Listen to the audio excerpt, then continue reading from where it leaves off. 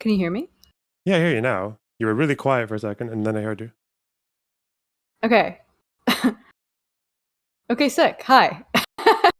How's it going? It's going well. It's going. Cool.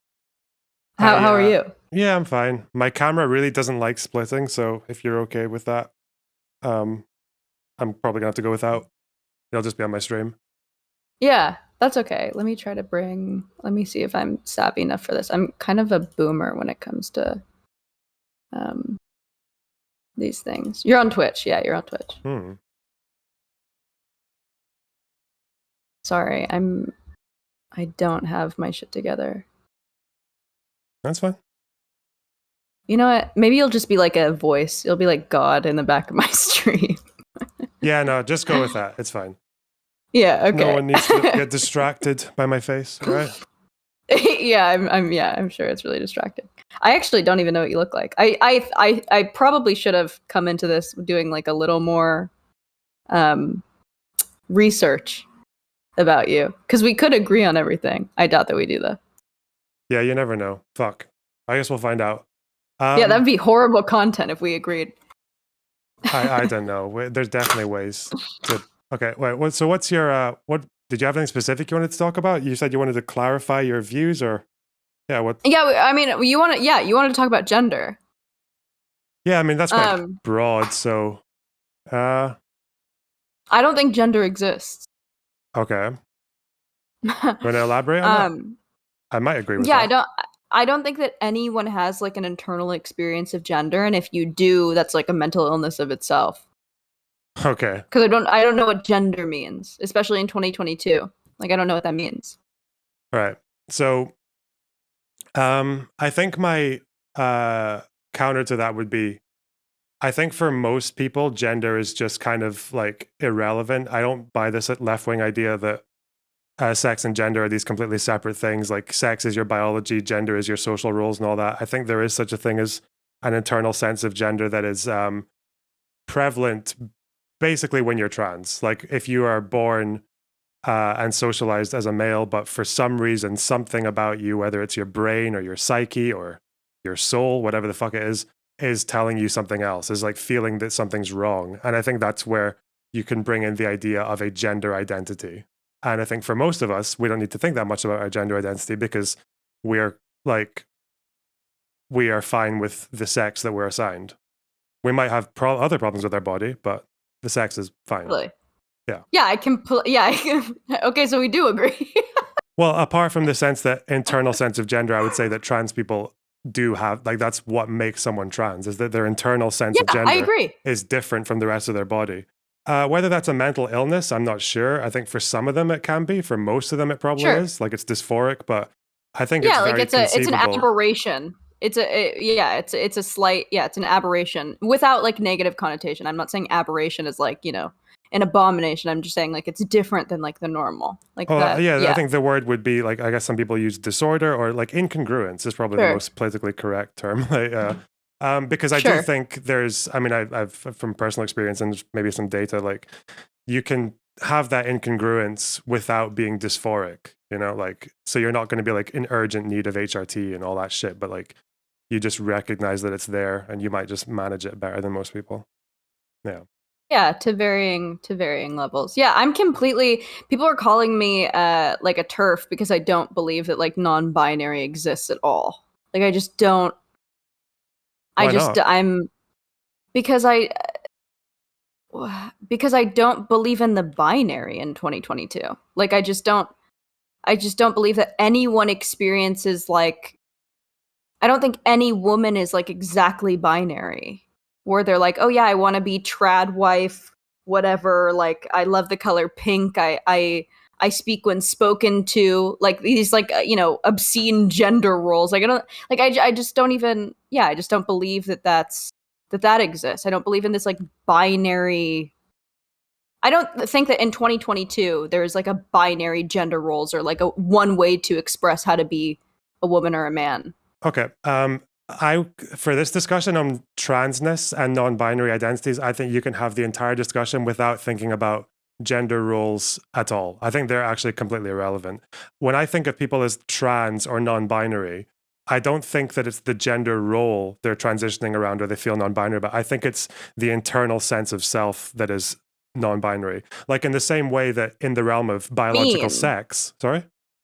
I just like, I don't know what that means. So like if a female, this is my problem is like, oftentimes when I ask like a female non-binary person like what they mean by like not feeling female, they're like, well, I don't feel like, you know, submissive to men. I don't want to participate in like a sexual, like, you know, it just feels very, it feels very reductive of womanhood. Okay, Rather, yeah. Like let's just ignore those people. All right, let's just just well, this. that's like I feel like that's like a lot. That's like a large portion of who is non-binary. Maybe, and but maybe they're expressing something that's underlying, and that because I feel like people with transgender identities will express their gender in a way by using the social rules because that's their language, that's their way of communicating that internal sense of feeling. But when I think of non-binary or transness, I think of it in the way that, in the same way that biological sex is not binary, right? Like chromosomes are not just XX and XY. There's a fuck ton of other things going on there. Sure. Same with. I mean, they're essentially binary, right? Like you're male or female, and then there are aberrations. Like I think. Well, that's the it's not definition like, of non-binary, right? If you have 1,000 pages of binary and there's a thing that looks like a kind of 1 or 0 in it, then it's not binary anymore, right? You only need one for it to not be a binary well, no, anymore. I think binary is like, I think the intent is to be like binary though. Like I think that there are supposed to be two things, and then there are aberrations that are like happen on accident. Well, the word for that would be bimodal, right? Like it's like a two-humped camel, but there's something in between there that's neither one nor the other. And that can happen. Like you can Sure, but also how do you experience something that like doesn't exist? Or I understand feeling intersex, right? But if you're not intersex, then like I don't. So what does it mean to not? The way I see it is, depending on how scientific or biological you want to get, in the same way that someone can be born with an ambiguous genitalia or ambiguous chromosomal makeups or an ambiguous karyotype, I think when you develop in the womb, your chromosomes and your like the sexing of your organs affects your brain as well. And that's why when people talk about male or female brain, that's actually not exactly true. Like the brain is really non-binary. Like the difference between men and women is like there are some generalities, but with male and female brains, there's so much overlap and variation. And it turns out that trans people have their own kind of like distinctions with their brain. I think like trans men and women both have like similar levels of cortical thickness that male, like cis and men and women don't have. So there's also like the superior frontal gyrus is a bit different, like levels of gray matter are different, levels of neural connection are different. Like there's lots of things there. And I think, well, if the brain is not like, if you can't just look at a brain and say like this is a male or female brain, then it makes sense that if you can have ambiguous genitalia, then I don't see why you couldn't have an ambiguous sexed brain as well. Sure, but I just think that would be like I don't know. I think that I'm sure that like some people really are non-binary, meaning that like that I just don't know if I believe in like a internal sense of sex or gender at all. But like I don't know. I get everything that you're saying, and what you're saying like makes sense. Okay. What are you hesitating about? Because then I try to apply it. I try to apply it to like the people that I know who say that they're non-binary, right? Because in theory, like a reasonable person, I'm like, okay, yeah, sure, this is like reasonable. But I think a lot of non-binaries online are like not reasonable. I don't know. Like, so I'm trying to like apply it to the people that I've spoken to, and then they're like, you know, I fought with this girl, or I guess this person, yesterday on Twitter who was like, I don't feel like a woman, and then their whole page was like them doing sex work, like with, you know, them showing off their huge boobs, wearing dresses, and like you know, profiting off of being female, off of a woman, off of looking like a woman, but then saying that she didn't feel like a woman and then couldn't describe like why she didn't feel like a woman. And I'm I mean, just like, what does that mean? like I don't know. It's really that would be like a very non-dysphoric person, or like I don't know. I don't know if I can speak for people So who if you you've don't met on have Twitter, but like, dysphoria, if you don't have dysphoria, like what is the drive then? well, it's, I guess to them it would be a feeling of incongruence. So okay, I've heard about some people, and Well, maybe to people who me, I aren't. think it's just a feeling of victimhood. Uh, maybe. I mean, I've heard some people who definitely don't feel like victims, and they'll just be like, someone who maybe transitioned at some point, but they were like, I liked being a guy, but I loved being a woman. And I'm like, okay, right, go off. And that's like a non-dysphoric. I would call that like a non-dysphoric trans person, or just someone Sure. who feels like changing your social presentation and like a few things about your like is enough for them. So yeah, I think that definitely exists. I don't really. I guess the question would be is there an issue with that? Because with all psychological things, it's really impossible to confirm either way. You can't look at someone's brain and be like, there's the Totally. transgender, there's the non-binary. But it's Yeah, a so a social lot of people science, have so asked we can me. just ask people questions and kind of have to just go with what we're given, True. I think that a lot of people have asked me like, okay, why do you care so much? Hmm. And I think I care because I label myself a feminist, and because I think like a lot of this becomes extremely reductive to women. Um, and also there's like, you know, a new trend to like call every white woman you see a white woman as like a sort of dig, as like a slur almost.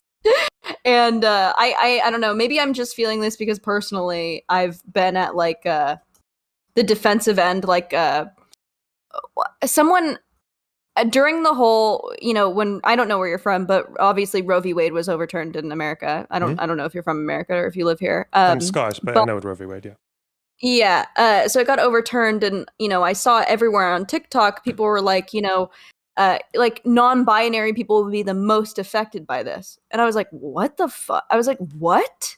Like, what do you mean? Like, I feel like these people are actively trying to take away from like female women's rights issues in a lot of cases where they're like trying to be like, yeah, women, whatever, but like this even more oppressed group, and that just feels really silly to me. Um, and so I made this video that blew up, and it was like me being like me actually crunching the numbers. So out of 1 million abortions a year, only about 400 of them are trans. This is including non-binary people. So like a very little amount.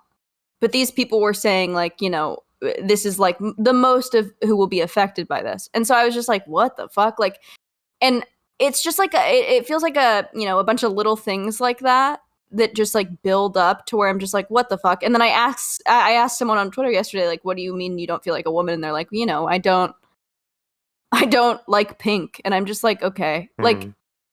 I feel like this only exists. Like you saying that because I feel like in a lot of ways people think that being identifying as non-binary is like a political statement. And then by Mhm. engaging in this like political statement, you think that you're saying something like really brave and deep because you're like, you know, I don't subscribe to this like societal pressure. But then you like are still acknowledging that that role exists, and then you're just like separating yourself from an oppressed class, which is like womanhood. Mm. And then it just feels like misogyny. Like then it just feels like you have reduced womanhood to liking pink, liking baking, liking being submissive.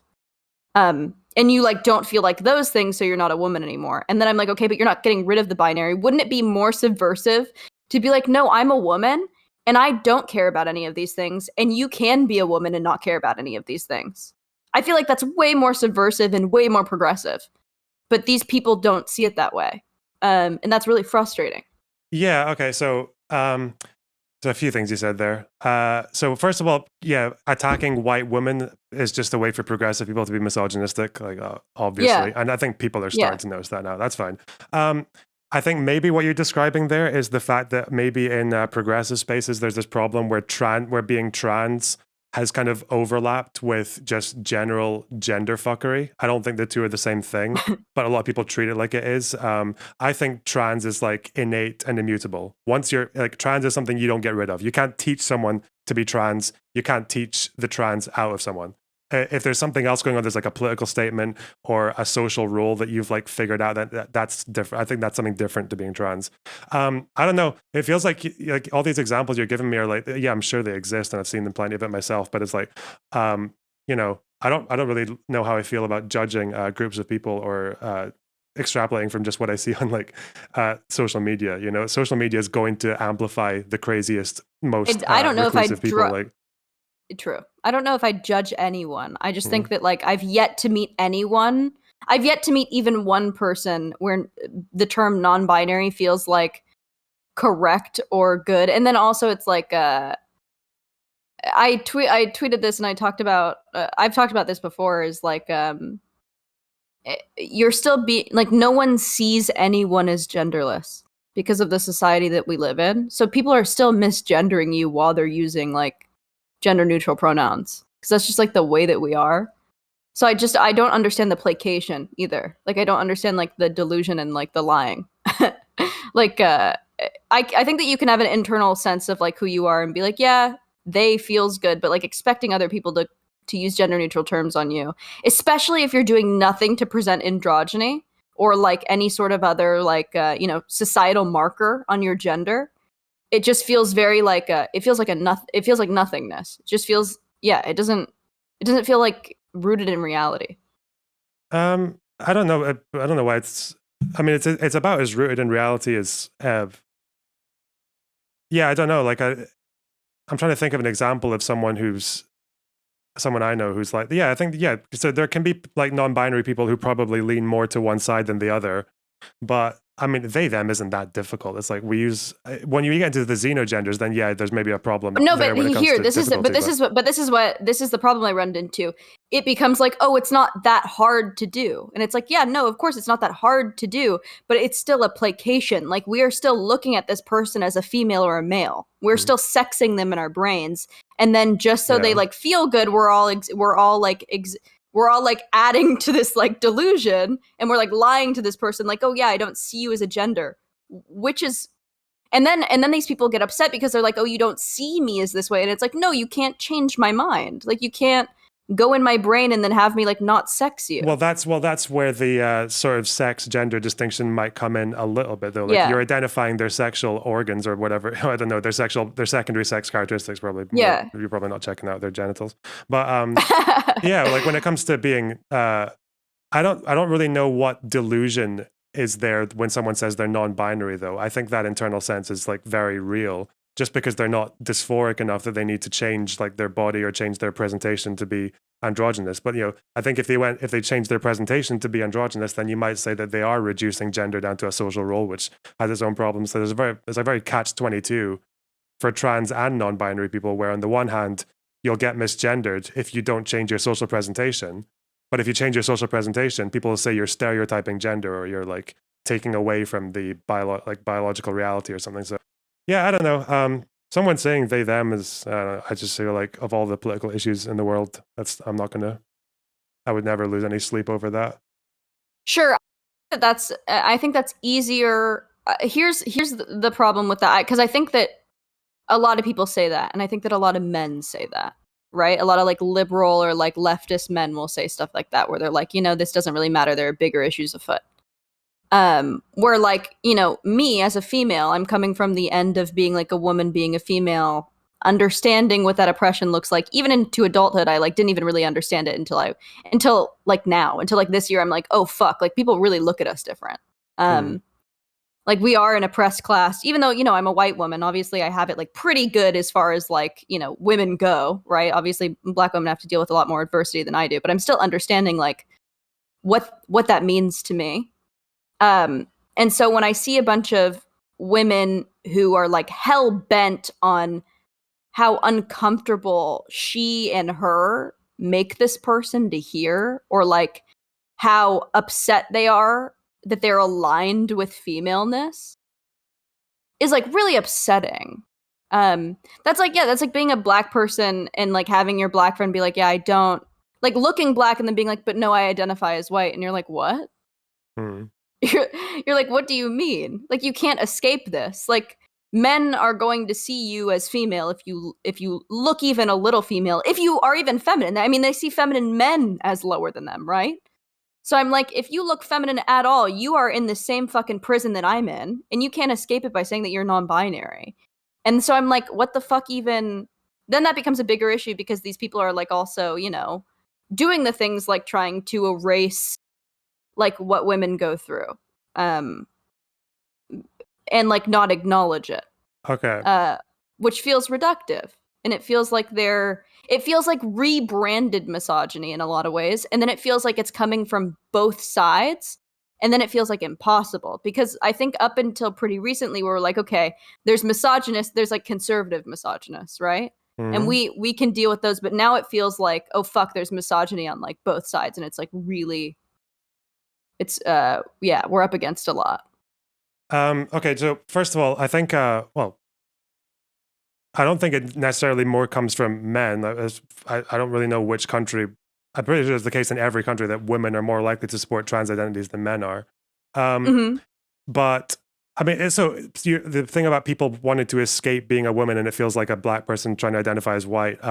That's the thing is, I don't think people can. I think if someone actually has like a real non-binary identity or a trans identity, I don't think they can escape that. To make the conversation more simple, though, we could talk about. Does it sound like is that a feeling you get with trans men then, when someone who are born as women and then they feel like men? Is that something that bothers you then? Bother me. Um, what bothers me is the people who don't have dysphoria, because I understand that dysphoria is like a whole different thing, right? Hmm. Dysphoria is something that needs to be alleviated because it brings you like great pain, and in that sense, it's like, okay, obviously this is something that like you didn't choose. Um, Yeah. but it feels definitely if you can choose it, why would you choose it? Like it's that's the problem to me. So like trans men obviously you know, feeling more aligned with, you know, their new sex or their new gender feels like very different than just like a bunch of people who are like, I'm non-binary, or like, yeah, people who seem to do this like for no other reason than that they just like it feels like hate women. I don't know what to tell you. Yeah, like I think when you so every time you mention the word choice, I think if it's a choice, then you're not trans or non-binary. Like I think Well, I choice is guess I just think completely a lot of separate from people are that. saying that they're non-binary that aren't Yeah, is maybe also a that problem. might very well be true. I mean, I can come clean and say that like I for the last couple of years have felt pretty non-binary. I've kind of gone by that, but I just don't share it with anyone because, or barely share it with anyone. One, because it's annoying, because progressive people will tell me how brave I am and shit. And the other thing is just that, like, Sure. I'm so It's yeah, it's a comfortable with political my statement. that I'm. It's not political. It's just that I'm so. It's well, me not saying it is more political because I can't be fucked with all Yeah. the positive bullshit. But yeah, I like I'm just so comfortable in my body and have been for so long and living as a man that I don't really give a fuck about telling people I'm non-binary or asking for pronoun Really. changes or anything like that. But that feeling, like I don't feel like just a man. Like I can't explain it really. I always struggle to, but if there is a spectrum somewhere of like from 1 being woman to 10 being man, I'm always hovering like between sort of like 4 That makes a and lot of 8. And sense. it's like, but yeah, but like it's but I would just describe myself as like a non-dysphoric to the point that like there's no point in me telling anyone. Like I just don't need it in my But life. don't you think everyone feels that way? Like, do you think that anyone has like this intrinsic feeling of like I certainly don't. I mean, I know that I'm a woman because I'm a female and and I'm I'm stoked. I'm happy. But if I woke up as a man tomorrow, I'd be like, okay, like this is weird, but like, and I think a lot of people feel that way. Like a lot of people don't have this like really big tie to their sex and gender because they're like individuals. They're like, I like the things that I like. If I'm still gonna like the same things, it doesn't matter. Yeah, yeah, maybe. And like the fact that the brain is very this is the complete opposite of dimorphic. Like there's so much variance when Yeah, it comes to brain. So sure. maybe it makes sense. And I don't know. I'm a millennial from like a fairly working class background. So I mean, there's no man I know that would say he doesn't feel like a man, but at my like from my age and above, Sure, sure. Yeah, they are yeah. full on fucking binary men as fuck. Yeah, but like.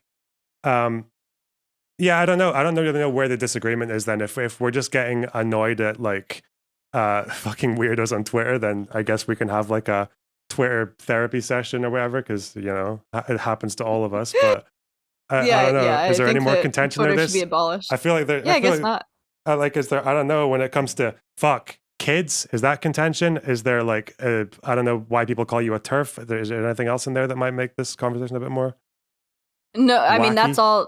that's all the reason why people call me a turf. I also, well, I have some ideas about like I am like I'm like a JK Rowling apologist. Jesus. Um Okay. I think that some of the stuff she says is just like out of her depth. But I think her heart's in the right place. Um like I think that we obviously have like tracked, and there's like obviously like metadata on the fact that, you know, women are transitioning at a rate that is like more than they ever have. Mm-hmm. And also that or you know, females are, and that you know, we've tracked social contagion in females for decades, right? Like something like eating disorders, something like being goth, and it just becomes one of those like things now, that like this feels like another, and it doesn't feel like it's showing, the data looks like another social contagion for like transness. Are you sure um about that? yes. Why? um because it's just happening, I think it's happening at a rate of like 200 times what it was. And usually, so like transgenderness and transsexualism was something that like mainly happened to males. Right. um and in the past 10 years it's become like it's blown up, and it's like now there's you know, there's echo chambers of people. Yeah, and then there are people like Keffels who are like, you know, this is how to DIY uh like hormones. Okay, okay. So without the DIY, so women transitioning, I mean, you'll expect everyone to be transitioning at a higher rate than they were 10, 15 years ago, because 15 years ago, or even before that, Sure, the sure, concept of trans didn't you would exist, right? if no, it would Like, make sense if there were more like trans women transitioning, right? Like it would make sense if the numbers just elevated, but they're well, not just I would elevating. say that trans men you'd expect them to come later, because the concept of trans women, that's been in literature since, I don't know, like Silence of the Lambs and all that kind of, or whatever the fucking Dress to Kill was. I can't remember, but like, yeah, that happened quite a while ago. But trans men, I guess, maybe haven't come into the public consciousness until a bit later. I mean, even I never thought, like, I knew about the concept of trans women for ages. The only words that we ever used for them were slurs, because it was the 90s or Sure. mid 2000s. But when it came to trans men, like, that as a concept didn't come until way later. So you would imagine now that the kind of the floodgates are open, and that people are able to put a word to a feeling, then you would expect that to come out more often. But I mean, when you look at About that, kids, because like, I oh, think that it's been I don't know, because we see like strong characters like Saint Joan that were like you know, in literature forever, that, you know, like a masculinized woman. um so I don't know if that's necessarily like the case. All I know is that the data is showing that this is happening at like a very alarming rate, and that testosterone is a much harsher chemical than estrogen. mm-hmm, Like it does way more to a body. So I have a hard time. This is my thoughts on hormones. I yeah, think that I think that trans women should be able to transition earlier than trans men, because okay, testosterone does more to a body. So going through a male puberty does like a lot more than going through a female puberty. Like obviously if you shoot up like a, you know, like a bean sprout, 2 feet, grow a beard, and you're like, mm-hmm, you know, you have those genes, you're like never going to integrate into society the way that you'd like to. And that's like horrifying, obviously, for like a lot of trans women. Trans men don't have that same problem. Um, mm-hmm. and I think you end up doing a lot more damage when you're giving teenage girls autonomy to put a drug in themselves that they think is going to solve something. I mean, we see rates of mental illness in teenage girls elevated. Like we see, obviously, like I said earlier, like social contagion. It just feels like we're like, okay, here are some drugs, young women who don't understand themselves. Okay, wait. You So, change your body forever. okay, first of all, I completely we can get the social contagion in a sec. I completely reject this idea that transition is being handed out like leniently. The UK is quite forward compared to the rest of the world when it comes to trans people. Maybe not as much as some other countries, but like even I don't know. here, if you Canada ever and the US are pretty crazy. yeah, so if you ever look at the rates of people who are trans, like adults who are trans, and compare it to the rates of children who are referred, the rates of children who are referred is always way lower, like much, much lower, which means doctors are exercising quite a lot of caution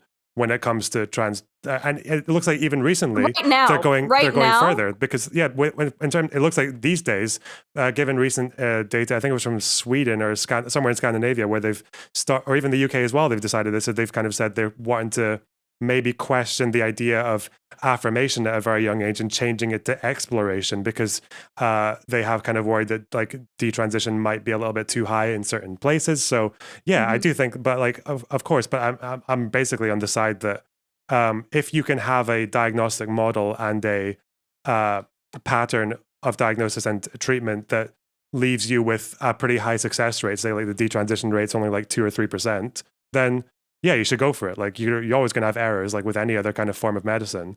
But that's kind of where I would follow is I'd like scientists to just follow the research and say, well, if the rate of detransition is too high, we do it this way. We can reevaluate, maybe make therapy sessions and longer. I don't want to fear monger. I don't think it's happening at like, a rate that is like, oh my God, it's a plaguing our youth, right? Like I think that I care about like one young girl falling through the cracks. So this is such something that's like, in my brain. Also, I thought that I was trans when I was young. And so I think that this is like obviously more emotional for me because I wasn't trans and I was kind of caught in that same cog, that same machine. And I had gone to a residential treatment center or else I probably would have transitioned and I would have made like a big mistake. But yeah, I don't think it's something that's happening like really fast and we're losing control. Like I'm not like a conservative ideologue who's like, this is, plaguing our youth. But, there are certain laws being passed in the US that are happening extremely fast because we've become so accepting that scare me. Like in Oregon now, you have like medical autonomy at 13 and you don't need your parents' consent to get hormones anymore or the doctor's consent. Like you can just go in and be like, I want hormones. And they have to be like, okay, have you been, with rapid onset dysphoria now? They're like, for the past 6 months, have you felt like you've not been a girl? And a doctor who's not a specialist can just give it to you. And this is not happening everywhere, right? Like this is just in like Oregon right now. But still, I'm like, oh fuck. I'm like, oh. This has been so. Wait, this isn't just a trans thing. With Oregon, it looks like it's also for depression abortions, medication. Yeah. Like, I think this kind of has to be the case though, because you don't want to be a trans kid who's being offered medical treatment by a doctor, and then your parents get in the way because of like ideology or whatever the fuck. That can be like huge problems. Yeah, like a teen there's antidepressants here, there's birth control. I think unfortunately some parents are just fucking assholes. I think it should be 13. I think it should be 16. Where's 13? I'm trying to find this right now. Here, let me try to send it to you.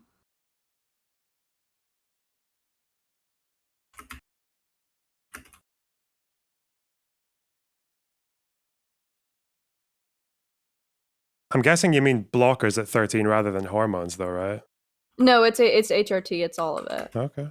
Well, blockers kind of are they sometimes under the umbrella of HRT? Yes. Well, I don't, they might be under the umbrella, but I don't think they're technically hormone replacement. Let's see. Basic rights. This is a fucking, oh god, this document is long.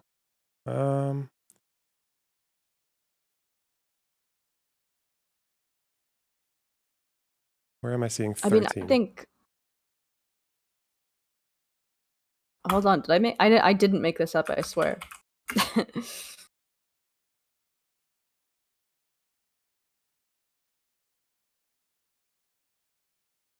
To qualify for cross-sex hormone therapy, the patient must have persistent, well-documented gender dysphoria. So I don't see how. Yeah, so I don't see how a kid can just say I want. Yeah, so you said a kid can just say I want hormones. That's probably not the case, right? Well, no, there needs to be some kind of like. Do you know? Yeah, but when was the last time you trusted a 13-year-old to say? Like I think a lot of people pretend that their like eyesight isn't 20/20 to get glasses. So you're like, yeah, I felt this for a long time because you want hormones. It's like, you know what to say. There's a script. what I don't know if okay, so wait, like you said though, like you're gonna say, like you're kind of implying 13, 14-year-olds don't have the psychological wherewithal to fool a doctor on their gender identity. I don't think. I mean, unless I don't know. This No, has been but I in think Oregon for the like a year, stakes so are high. I think that also the stakes are high because they're like people are getting like canceled and they're getting like their medical license called before a board because they're saying like, no, I don't think you're trans. yeah, but it's just okay.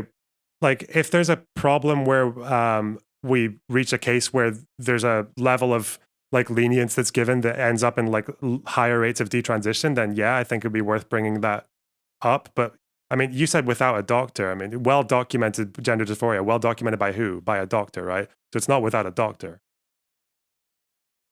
But you can do it like you can be like, okay, I don't know if you've ever gotten so the healthcare system in the US is like it's like a test. So you go in, even with depression, you go in and the doctor's like, okay, how have you felt this way in the past 6 months? Have you felt like with depression, it's like, have you felt Mhm. thoughts of emptiness in the past 6 months? And it's like 14 questions. But And then that's they're how like, you get a okay. referral, right? Like most of the No, so when yes. yeah. Yes. So that's how you get a referral. So that I don't have a problem with that. I don't have a problem with a referral to a gender specialist, right? I think that's great. The problem becomes when a doctor can like I got Klonopin off of 2 questions about anxiety. And that's like a benzodiazepine. That's like a crazy drug that you Mhm. could potentially like die from withdrawing from. And I'm still getting off of that after like a year. So the medical system, I mean, obviously there was an opioid crisis here. Like people are Mhm. just like doctors really are not being as diligent as they should. So the only thing I worry about is like a doctor's not going to give like a kid an opiate, but they could give them HRT Yeah, so why or okay, wait. blockers. So first of all, yeah, so the age of medical consent here they're saying is 14 and then Sure. medical consent. So this is for mental health. Medical consent is 15. Yeah. But yeah, referral doesn't instantly mean hormones. A referral means so with a thing with mental health, a referral means you go to a specialist where they'll actually take the particular thing in question seriously, whether it's even like ADHD or in this case dysphoria. Like yeah, so you answer your questions, then you get the referral, and then it's like the kind of like double check process. But it looks like you need to have like at least a year of like well documented. So I'm not too worried about this though. I mean, Well I documented think just means that you have said through a self-report, yes, I've felt it for this long. That's what that means in America. That it doesn't mean like that we have tracked this for over a year. Like that's not what that means here. have completed 12 months of living in a gender role that aligns with their gender identity. Yeah, I just where are you This is getting from this? basicrights.org. This is the Oregon Health Plan coverage of gender dysphoria. I can link it to you. This is from Okay, here 2016. Is this old? I can show you You can send me here. something Let else if you me. want. Yeah, I'm sending you like a minor rights organ health thing. Okay. Um, because yeah, it would fall under mental health and chemical dependency. Wait, hold on. So That's the thing I'm not sure mm, about because the ages are different for mental health and for like treatment. So yeah, but yeah. it's under mental health treatment, or it's under mental health. So I'm trying to find like something. For I should have kept cross-sex this in a. hormone therapy, you need to have significant medical or mental health concerns reasonably well controlled. So you might, okay, let's say that you've I got don't know like, what does that mean. Also reasonably well controlled. this is for professionals to interpret, right? It's like a law. Well, You no, can't like, but do we trust professionals that obviously have incentives to like not care, especially if they're yeah, well, the problem is like, I like would wait until we see compelling research that there's I maybe agree something with like you. too I much like, agree with you. like detransition. Yeah. Yeah, I agree with you. I don't think that this is something that like is like a huge pressing problem right now, but I do think that the data will come out that this is like a little spooky. So So I'm the, sort of like bracing myself for it. okay, so the question No, I would I'm pose not. to you is you said you were worried about one woman, you know, getting HRT that she didn't need and having her life fucked, basically, right?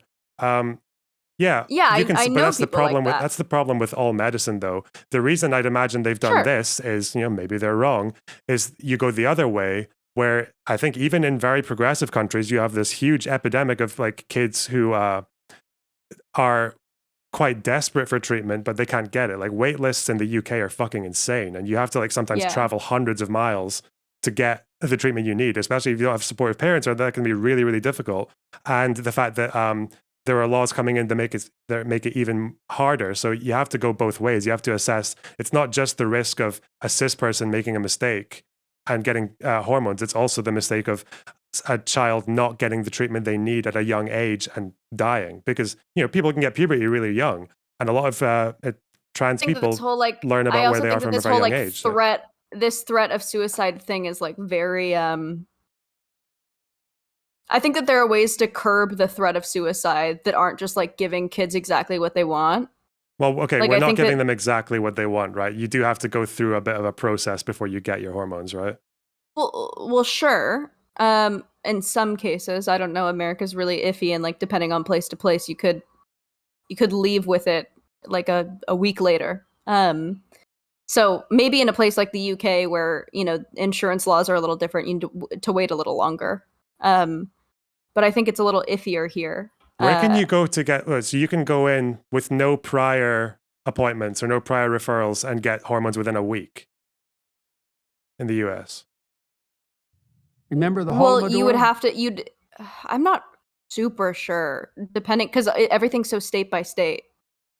But I know in California, you can go into like a Planned Parenthood, and you like basically like walk out with HRT, okay? So, but this is like the thing where they say, "Oh, you get hormones after your second appointment," but what they don't say is that you were referred to that specialist after spending a year with another doctor, right? Like, you can just walk into Planned Parenthood as a child and walk out with hormones. Is that what you're giving me right now?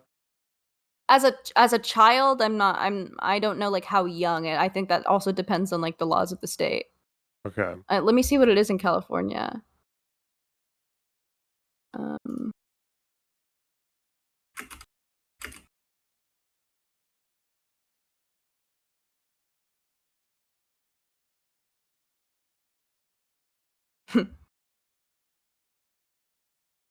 California governor signs a radical bill into law, making state a sanctuary for child sex changes. Oh geez, I wonder what party affiliation. That's a very loaded article.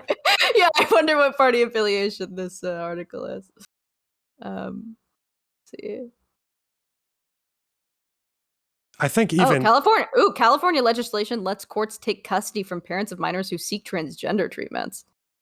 That's a little spooky, actually. Lets courts take custody of children who are trans from their parents, you said?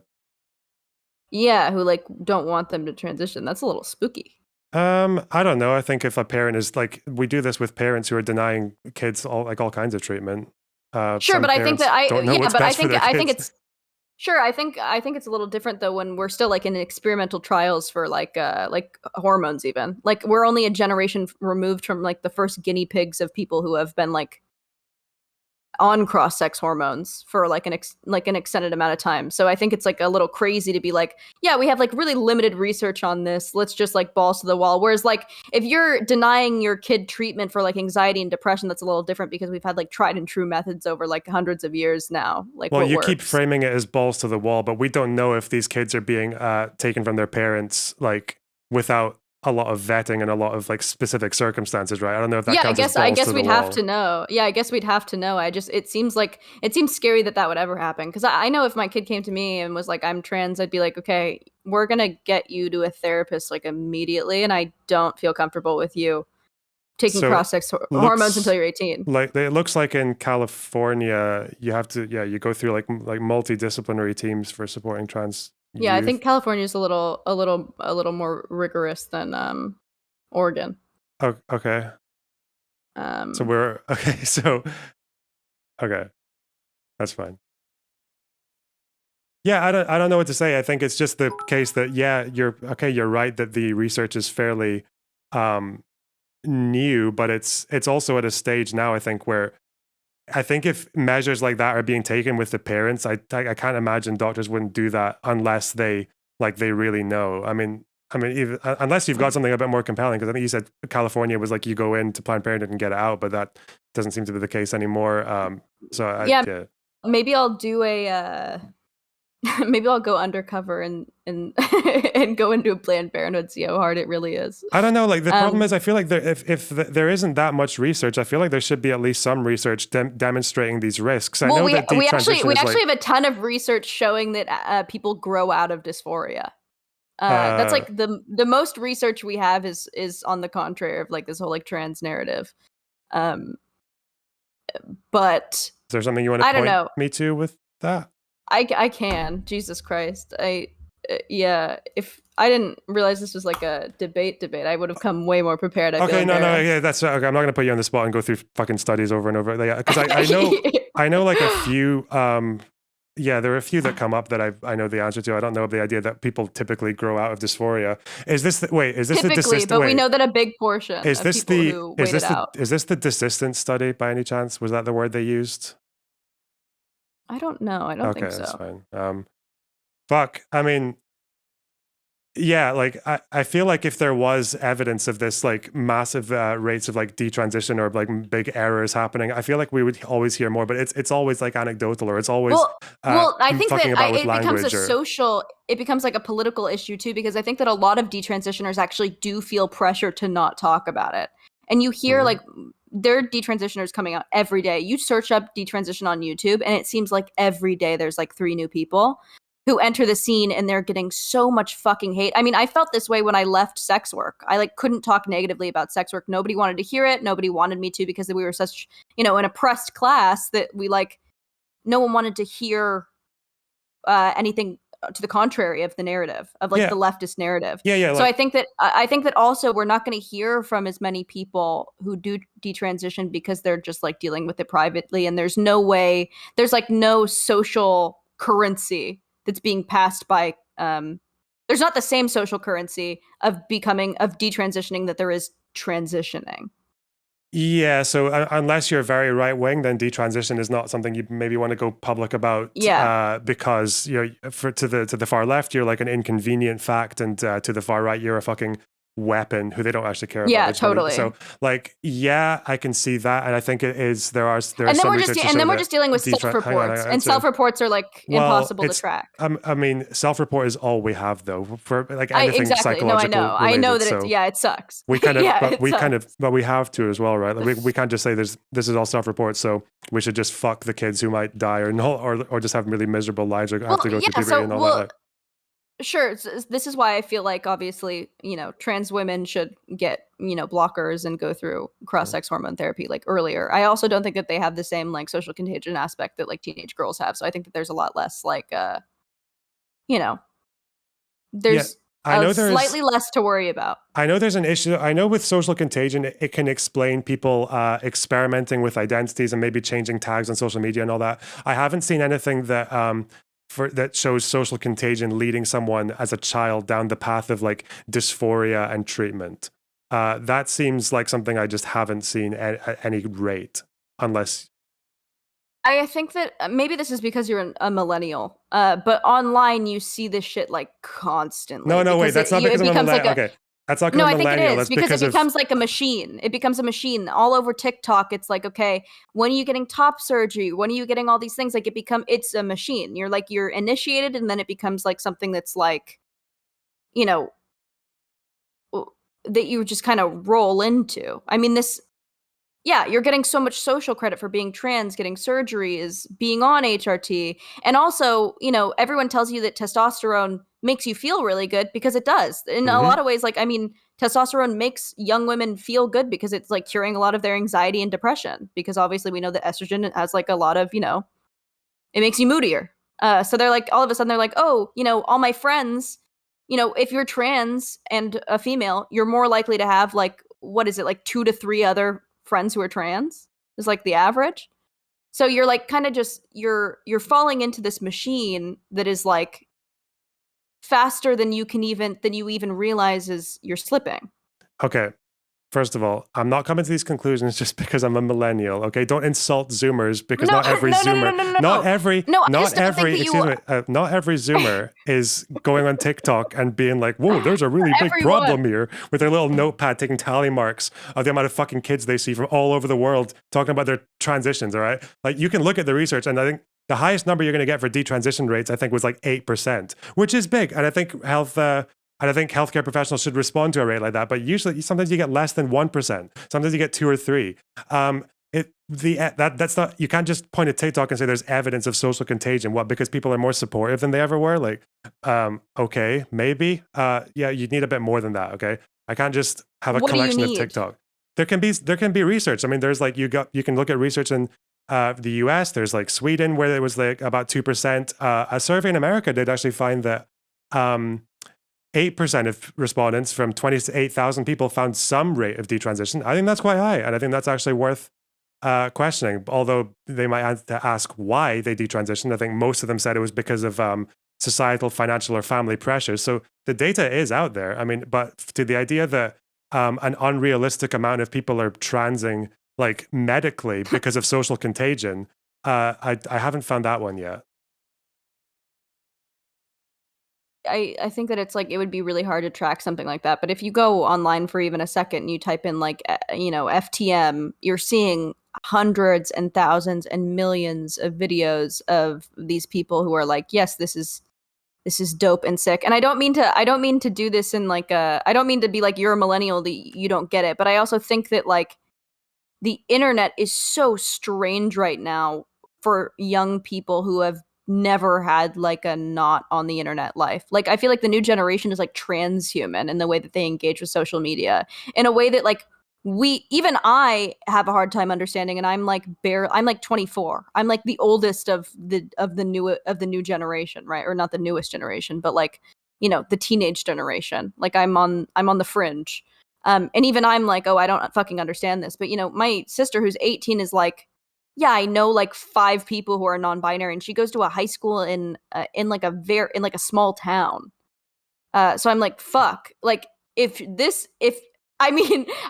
walking maybe LA also. I live in LA, so she doesn't, but I live in LA, so I'm seeing kids that have like they them pins on their backpacks, and I'm just like, Jesus Christ, like what is going on? Okay, well, listen, maybe you won't get this because you're just a Zoomer. You maybe haven't been around that long.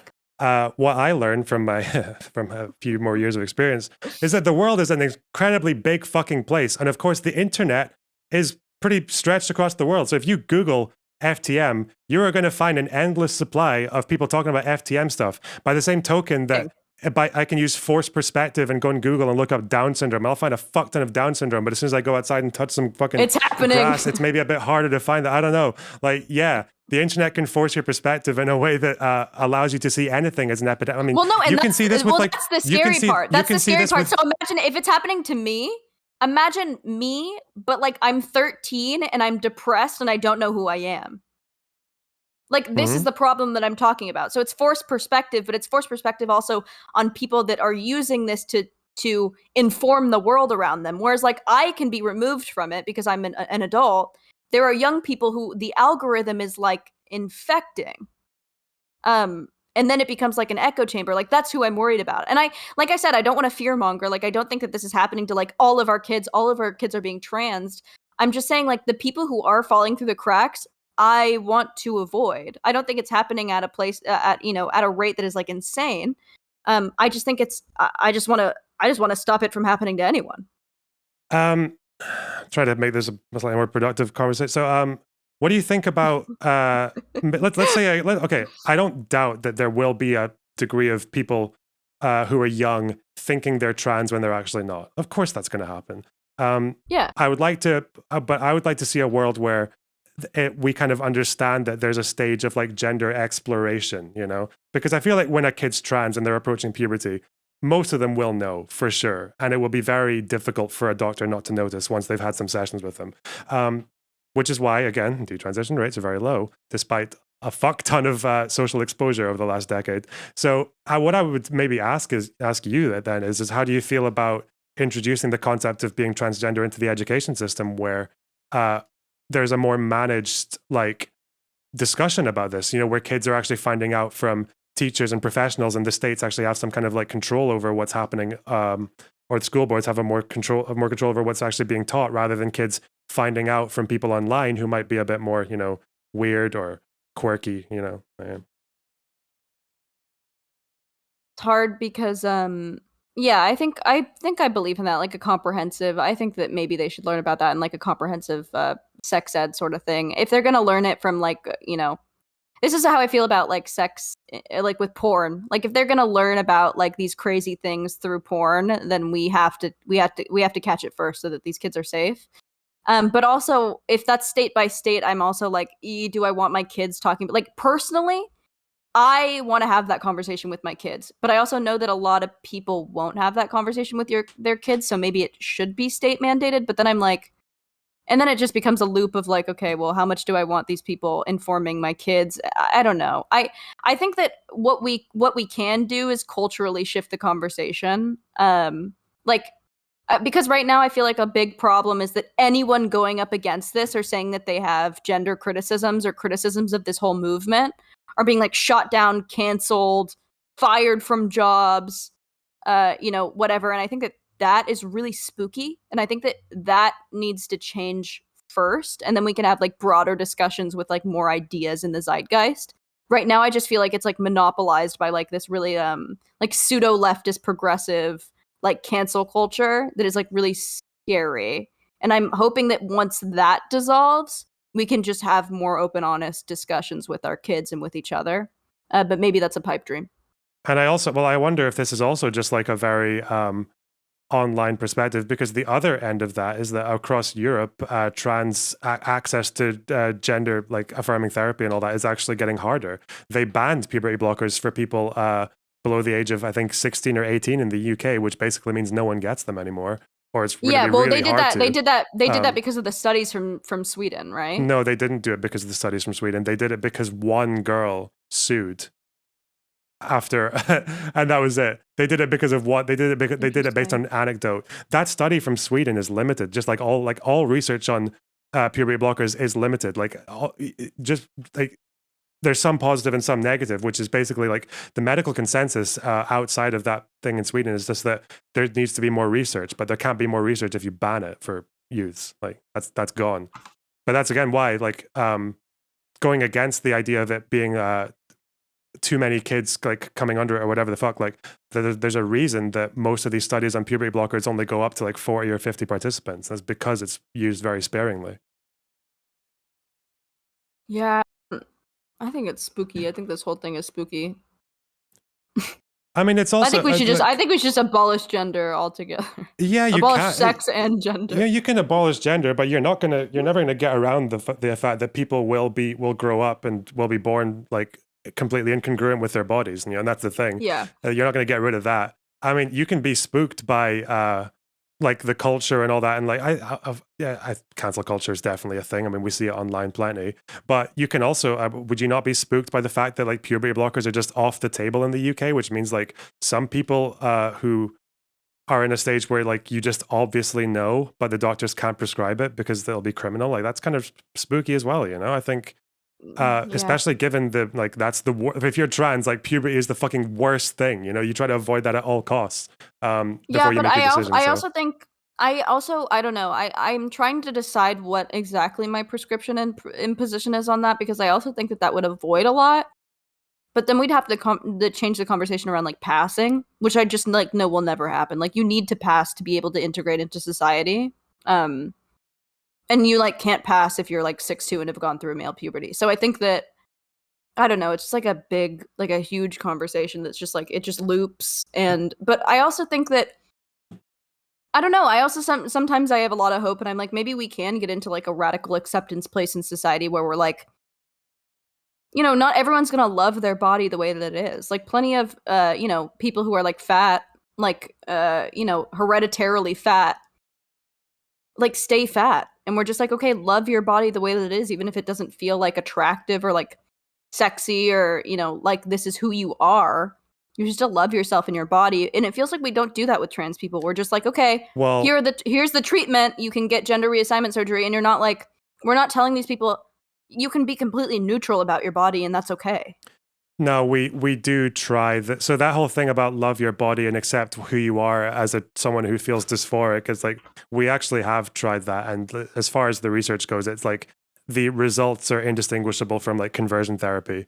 The problem with being trans is it's not the same kind of dysphoria as someone who has an eating disorder or someone who's like feels bad about being fat. It's like once it's there, it doesn't go away. No, as it's far not as the we same. know, it doesn't go away. So that's why But the whole body what acceptance studies? thing is like studies on conversion therapy for trans people, because that's what No, it no, is. no, but no, because I have actually seen things that where it does show up the same as and even smaller, lower suicide rates than it's something like anorexia. For what? When people wait, rephrase. Like say so, I'm that? talking about body dysmorphia versus dysphoria, and I think Okay. that they're very similar. I mean, body dysmorphia. Can you be more specific? Like what? Like anorexia or bulimia, right? Like something like that. Yeah, like body dysmorphia, it becomes like debilitating in the same way that dysphoria does. There's two differences though. First difference is body dysmorphia is literally like a delusion, right? Like you are not what you see in yourself. Being that trans, is also that's also a delusion, but it like has a merit because we care about how people feel. but being trans, but it is a delusion. wait. Being trans is not a delusion though. People who are trans know full well what's happening with their body. They just don't like it. That's not a delusion. No, it's a delusion to be like, I am a woman even though I was born a male. Well, no, like, it's that their brain or their mind or their psyche it feels like a woman. That's not a delusion. They're not. If they were delusional, they would think that their genitalia was the other way around, or they would think their chromosomes were the other way around. They're not delusional about their body at all. They're actually hyper aware of what's happening with their body. That's not delusion. That's a very different thing. The second problem is when you cater to people being trans and help them transition, they are happier most of the time, almost all the time. If you cater to the... Isn't that not true? Isn't the suicide rate higher at 10 years after transition? No. That I know that study. That's from the 1980s. It's higher after transition than a cis person. As in, it doesn't bring their suicide rate down to the level of a cis person, but it does reduce their suicide rate. Your suicide rate is lower after you transition on average, completely. That's a very tricksy study there. It was a really bad one, but it's from the 80s and it's bullshit. So when it comes to, but if you cater to the needs of someone who's got dysmorphia, like you give them what they think they need, they'll starve and die, or they'll throw up a fuck ton and destroy their teeth or whatever the fuck. Like there's a huge difference there. Okay, what about this hypothetical? What if wait. Well, okay, so what if I think I have like horrible nipples? I'm like, I hate my body. I can't have sex. I can't live because I'm so insecure. Every time I see my nipples, I want to kill myself. I need a boob job. I feel like a lot of women feel this way, or like a nose job. A lot of Jewish women feel this way. I know, being a Jewish woman. So I don't think that it's the same. I think it's like the same feeling. It's the same like dysphoria, the same dysmorphia, but one is like way more normalized than the other one because we, I just don't know why. Is it? Girls with really large breasts can get reduction on the grounds of self-esteem issues. That's a thing. Where? The UK. Oh, I don't think that exists here. Okay, well, it probably, or even guys who have, I think it's is it something to do with is it their pituitary gland or their gyno? Yeah, guys with gyno, and they grow breasts, they can get those, and they're not doing anything wrong. They're not like hurting them or anything, but they can get treatment, including puberty blockers, and that can just be for self-esteem issues. Yeah, I mean, thyroids, when you have a more like socialist-based insurance system, I'm sure that things like that exist. That I don't think that happens in America. Yeah, well, I mean, that's the problem, because I think a lot of the problems you describe in America are, like you said, incentives. And I don't know how it works with hormones, but for other drugs like opioids, it's because of profit, right? Like it's a profit motive doing that. Sure, that is true. But maybe I don't, even in that sense, like I wouldn't even, because what kind of message does that send that like you need to make your body more attractive medically? I don't know. I would much rather, like if it were my daughter, I'd be like, no, this is your body. Like your body hosts you. It doesn't matter how attractive you are, like, or how fuckable you are. Like, what message does that send? Yeah, it might be the case, and I imagine with things that can just be lived with, like you probably try, but yeah, it's still the case that people can, like, they have this stuff available to them. How do we that dysphoria can't be lived with if these kids have like better tools, like if they're in therapy constantly. Like, have we tried to treat in recent years? Have we tried to treat dysphoria with anything other than HRT? Yeah. We've got that's why it gets banned because it comes under conversion therapy. That's what it is. It's trying to convert someone from having a trans identity, and it doesn't work. Conversion therapy seems like a really loose definition when you're like, yeah, I don't know if we think you're trans, like let's try something different. That doesn't feel like conversion therapy to me. That just feels like alternative medicine. If you look at conversion therapy websites for trans people, or even I think there's a popular Twitter user called James S's, it's all about loving your body, teach you how to be content and love with your body. It's all about that, but that's how they try to sell it. Conversion therapy, that feels like a really good idea. Well, they don't call it conversion therapy, obviously, because they know the baggage, but that is ultimately what it is. It's the same, it has the same effect. The reason why conversion therapy is bad is because they did things like ipecac on, on like watching like porn for kids or stuff like that. Like that's why it was like bad. And also we understand that like sexuality is different than like a mental, like you don't have dysphoria that like makes you want to kill yourself if you're gay, whereas like it feels like more like an internal mental illness. Transness does. So it would make sense that like alternative medicine to where you would treat loving your body, that doesn't seem like as bad as like this conversion therapy that you're talking about. No, well, but like trans conversion therapy has existed for quite a while, and that's what usually happens. I don't think they're using porn to detrans people, but yeah, in 2015, there have been like tens of thousands of people going into studies about conversion therapy, and like there's just there's no improvement. If anything, it makes it worse because you're trying to dislodge something that can't be dislodged. It just depends, though. It depends on where, like, because you think being trans is a delusion, but I just wonder, like, what aspect of themselves are they delusional about? I think it's always a delusion in the colloquial sense that we use delusion. I don't mean that with a negative connotation, but it's obviously like if you think that you're a female and you're a male, or that you want to be a female and you're a male, you're like, well, that's incongruence. So you just did it for me, though. You said if you want to be, wanting to be isn't a delusion.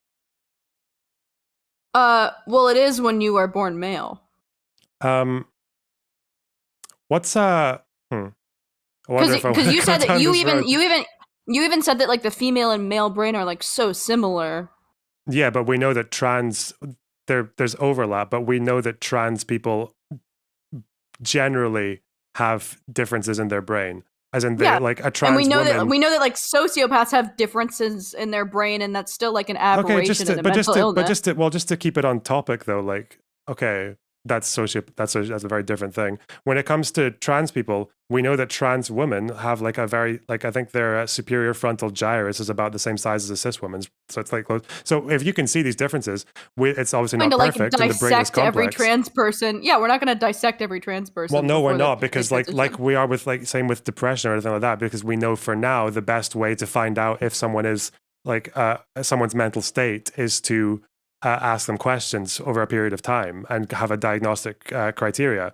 It's never going to be perfect because it's soft science, but that seems to, like, the reason we do that this way with therapy and, well, sessions, consultations, and eventually HRT or social transition first, puberty blockers, the reason we do that is because it so far has yielded the best results. It's just like any other kind of medicine.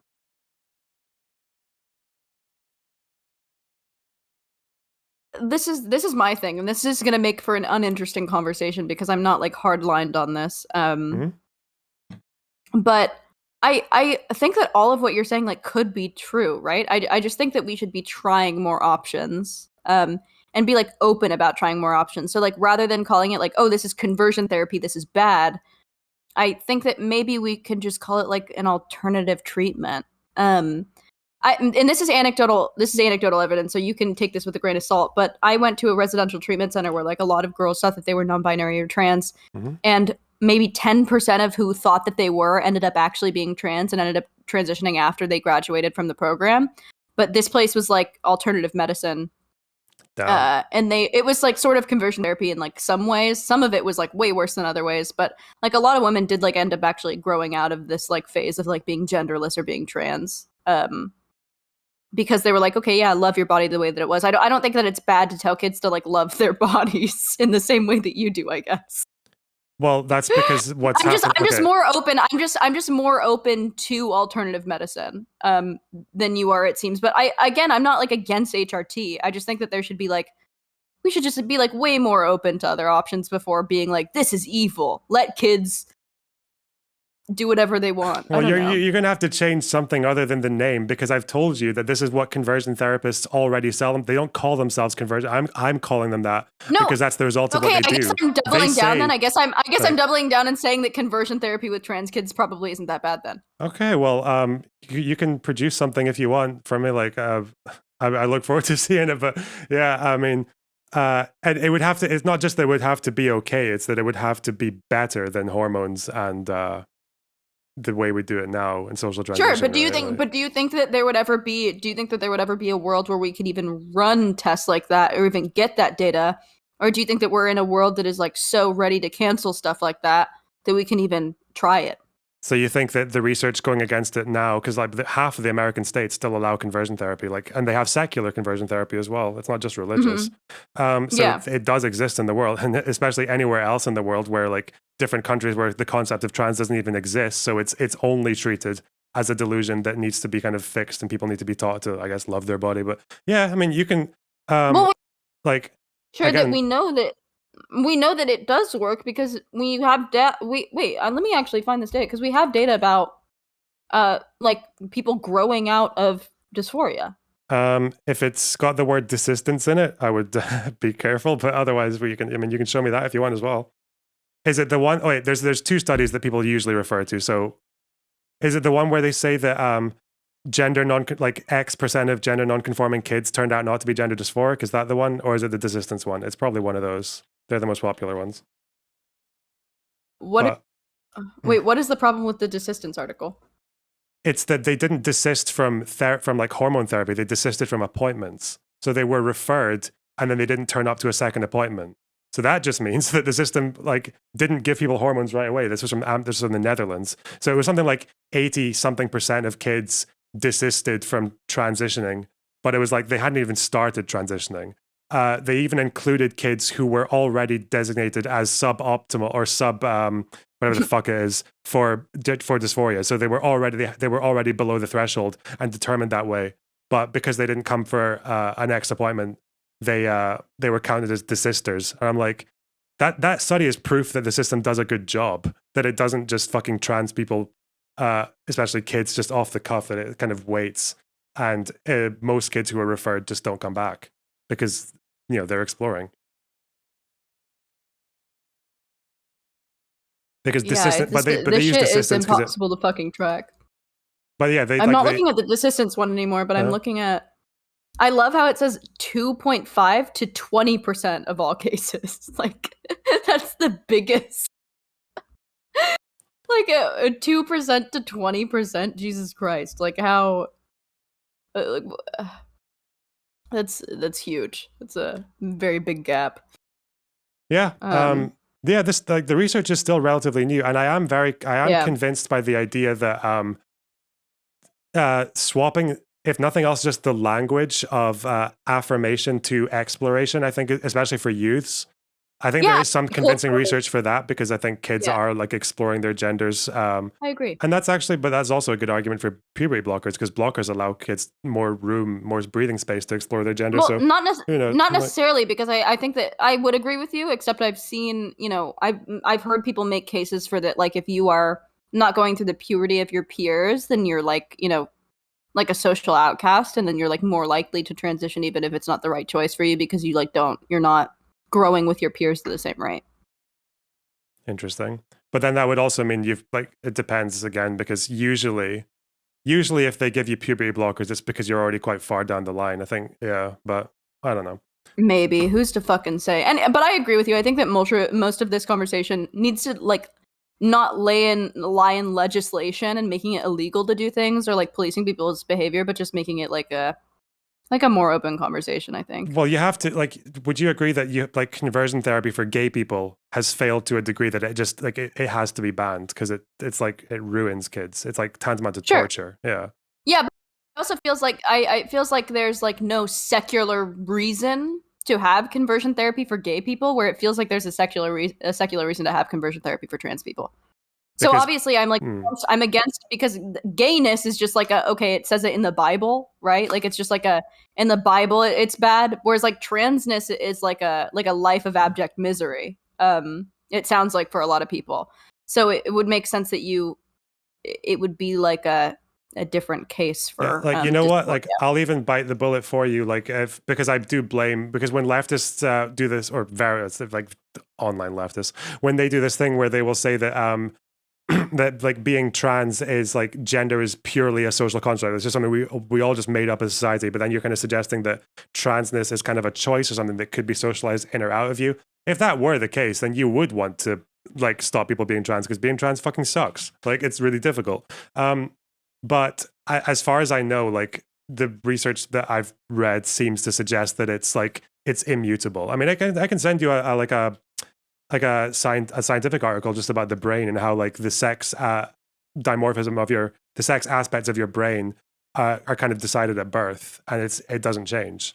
Like I can show you that if you want, and it's not like schizophrenia, by the way. Like it's also that schizophrenia and depression are about brain chemistry. Whereas, no, I'm sure that's true, but I'm just saying, like, in the same way that we, like, you know, when a veteran like loses like an arm and a leg, they're like, they obviously don't want that fucking life, but then they're like, okay, I kind of have to live with it this way, and then I'm not going to kill myself. I'm going to be neutral about my body. Yeah, and yeah. If it were the case that does work for trans people, like there'd be an argument, but so far I just haven't seen it. It seems to be the case. Yeah, neither have I. I haven't seen a case for either. Yeah, I don't know. I don't even think that I've seen compelling enough cases to know that HRT really improves.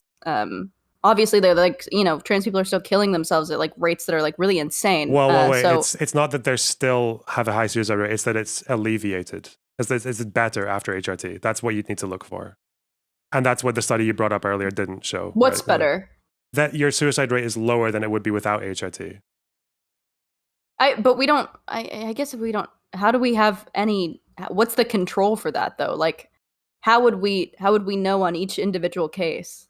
You just have to use survey data. You just have to say like report No, their feelings before and after. You can't for something like that, because that's like a complete self-report. We don't know whether or not that person would actually like kill themselves. It's suicide. It's not just suicide. It's not just suicidal ideation. It's quality of life. Yeah. So, quality of life, depression, anxiety, but suicidal ideation is also self-report as well. This is all psychology. Like this is the entire discipline of psychology. This is the same method that people use to decide what therapy works for different mental illnesses, right? Like, so yeah. Again, I'm not saying it's perfect, but it's better than just winging it. No, I'm open to like all of this being like, to me being wrong, and to all of this being like completely the best option. I just think that we should be able to have more open conversations like this without tens of people on the internet being like, you're a TERF, kill yourself, you're hateful, and me being like, okay, I'm just trying to figure out what works. You know what I mean? Without being like socially ostracized. That's my biggest problem with the whole thing, is just the cultural conversation around it. Yeah. I kind of felt like that the way you phrased it on where was it, Twitter? I can't remember. But yeah. So you feel like your concerns are just like well intentioned and everything, but people assume the worst or whatever. Yeah. I mean, without conceding too much, I feel like I can understand why people think that on the internet, because the internet it moves pretty fast, and if you want to make judgments, you have to be quite fast. You have to use heuristics, and if you see someone calling it like, I don't know, it's infecting the youth and all that shit, I can see why you might jump to that conclusion. Sure, but you'll figure it out. Yeah. I mean, I'm incredibly left-wing, and I get shit from the online left all the time. Like, I'm a massive fucking soy cuck, and they still give me shit for like minor disagreements. So don't worry about fuck. Yeah, that's a problem. I think that the left is eating itself, and we're gonna have like a huge resurgence of like the alt-right. It's gonna be like a Gamergate part 2, and I'm worried about that too. Like the rebels of we're just tearing our party apart. I think it's fucking stupid. Yeah, but we're also like winning all over the fucking place. Like, I mean, center left parties are basically dominating both of the Americas. Like, Europe is conservatives are fucked That's in the true. UK right now. So yeah, I mean, I don't know. It's the other way That's around true. as well. Like the left eats also, itself because of. you're a millennial. Also, you're a millennial. You don't see how this. Just make hey, just make the argument, okay? You don't need to fucking age shame me every time you have a point, okay? It's not like I don't spend my fucking life on the internet where I'm just talking to like Zoomers all the time, okay? I am alienated from my kind, okay? Millennials don't get along with me. They all watch Friends and fucking okay. That's hilarious. So I'm just gonna. Wait, fuck! I was going to say something. Yeah, the left eats itself because the left is privileged. Okay, like we're like it's a political privilege to purity test and all that because you don't really need you don't need allies and shit. Like whereas you go to a place that has like a bit more issues where left is struggling and you need all the help you can get. But you know, it's going to happen. True. Yeah, everything's awful. I'm just an anarchist at this point. Nothing is real. Everyone do what you want. Liberty and justice for all. Not sure that's exactly what anarchism is, but you know, go off, okay? Yeah, I guess I believe everything and nothing at the same time. It makes me really fun to have conversations with. Yeah. Do you have anything else you wanted to bring up? No, I think that was pretty good. Cool. All right. I'll probably talk to you soon if we disagree on anything else, all right? Yeah, perfect. We'll keep in touch. Cool. You take care, all right? You too. Bye. I think that went pretty well. I feel relatively okay with this method of meeting people where they are. The problem is I think I need to. Me 1 year ago will have heard a buzzword like it's a. What was the word she fucking used? Oh god, she used a really bad word for what being an aberration. And I'd have jumped down that like a fucking turf slayer, but I don't know. These days, I think I need to. The thing you guys need to remember this as well. When you're communicating with people who probably haven't been in the politics sphere for that long, you'll hear certain cues that sound very dog whistly, right wingy, all that, but they might not necessarily mean that. They might just have that surface, like they might just hear the dog whistle, but not actually what's underneath it, right? Like they might just have the surface argument, but not the actual meaning behind it, you know? Like this whole thing, like, you know what? I just have a slight concern about, you know, kids being like given irreversible hormone change and all. It just seems a bit like, you know, kids are all over the place. If someone says that, like, that could just mean what they're saying. It could also mean, fuck trans people and I want to like, I would rather a bunch of trans kids died than a fucking like, one cis person got given the wrong treatment, right? But it might not mean that as well. So it could mean one of the other things. Yeah. Yeah. So I don't know. I'd rather just engage with what they're saying, not with the supposed subtext of what they're saying, you know? Because you end up in all kinds of fucking territory when you do the latter, you know?